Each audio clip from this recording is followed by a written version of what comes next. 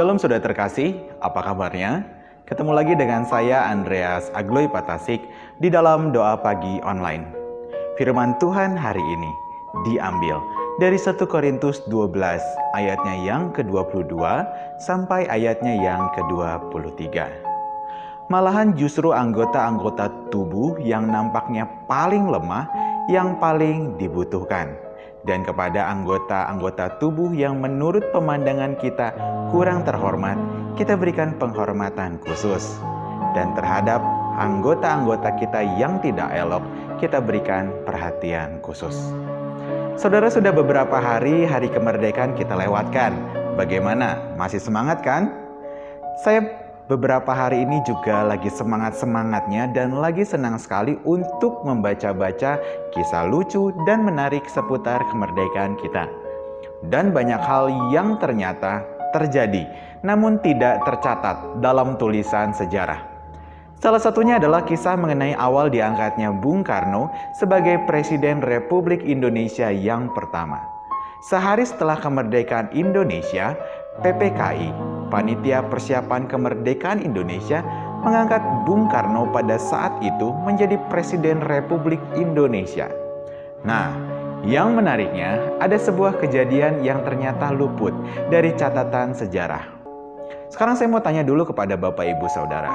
Menurut Bapak Ibu Saudara, siapa yang diberikan perintah untuk pertama kali oleh Bung Karno, dan apa perintah pertama kali Bung Karno ketika beberapa jam dia diangkat menjadi presiden? Jika jawaban Bapak Ibu mengangkat kabinet, membuat kabinet, mengangkat para menteri, itu kurang tepat. Karena Bung Karno tidak langsung memerintahkan untuk membuat kabinet atau mengangkat para menteri dan lain sebagainya yang biasa dilakukan para presiden di awal masa jabatannya. Tetapi perintah pertamanya adalah perintah yang mungkin dianggap remeh. Perintah pertamanya diterima justru oleh seorang tukang sate yang pada saat itu diminta untuk membuat 50 tusuk sate untuk Bung Karno makan pada hari itu. Ada beberapa versi mengenai kisah ini. Diceritakan pada saat itu Bung Karno yang sedang dalam perjalanan pulang melihat tukang sate. Karena tergiur dengan aroma sate, Bung Karno mendekati tukang sate tersebut dan memesan tak tanggung-tanggung 50 tusuk sate untuk dia makan pada saat itu juga.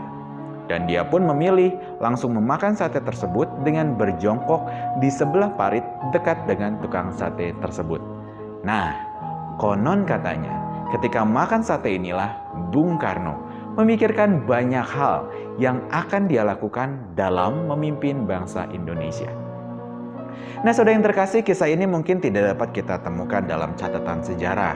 Karena hal yang biasa kita sebut sejarah cenderung hanya berkaitan dengan peristiwa-peristiwa berskala besar.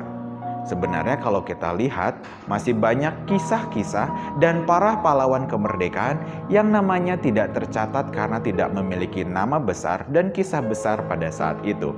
Padahal para pahlawan dan cerita-cerita heroik telah menyumbangkan sesuatu dan ikut menentukan jalannya sejarah Republik Indonesia. Sayangnya Bapak Ibu, kecenderungan serupa juga dapat kita lihat dalam kehidupan sehari-hari kita. Bahkan juga dalam kehidupan bergereja. Contoh dalam kebaktian ibadah minggu. Mungkin kita berpikir faktor utama suksesnya ibadah adalah seorang pendeta atau mungkin pemimpin pujian yang suaranya bagus. Tapi pernah tidak kita berpikir dan mengingat kepada para penerima tamu dan usher yang siap sedia menyambut dan mengingatkan jemaat untuk sesuai protokol? Pernah tidak kita mengingat para koster dan tenaga kebersihan yang membersihkan, menyemprot ruangan dengan disinfektan setelah dan sebelum ibadah agar kita aman dan nyaman beribadah? Pernah tidak kita mengingat soundman dan tim ibadah online yang mempersiapkan ibadah kita agar kita yang tidak dapat beribadah di gereja dapat tetap beribadah dari rumah secara streaming?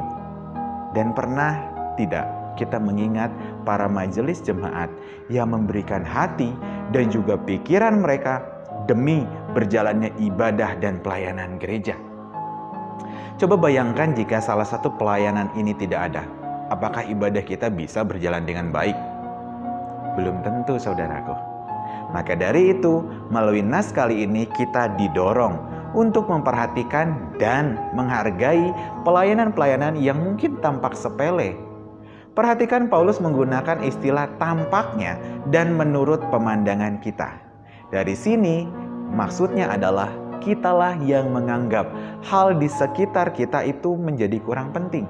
Padahal menurut pandangan Allah, semuanya sama penting dan sama-sama diperlukan. Dengan kata lain, kita perlu mengubah pandangan kita, sehingga kita dapat menghargai dan juga mengapresiasi setiap bentuk pelayanan yang ada. Lalu, apa yang dapat kita lakukan esok hari? Kita bisa melakukan dengan cara berterima kasih pada pelayan-pelayan gereja, tidak hanya kepada para pendeta. Ucapan terima kasih tidak perlu harus barang yang mahal, tetapi bisa juga dengan senyuman atau mungkin pesan singkat penuh ucapan syukur di dalamnya. Pasti mereka senang menerima apresiasi Bapak, Ibu, Saudara. Atau hal lain yang dapat dilakukan adalah Bapak Ibu juga ikut membantu dalam pelayanan, sehingga nama Tuhan juga kita muliakan dalam kehidupan beribadah kita. Bagaimana? Mudah bukan? Kiranya firman Tuhan hari ini dapat menjadi refleksi bagi kita semua. Amin.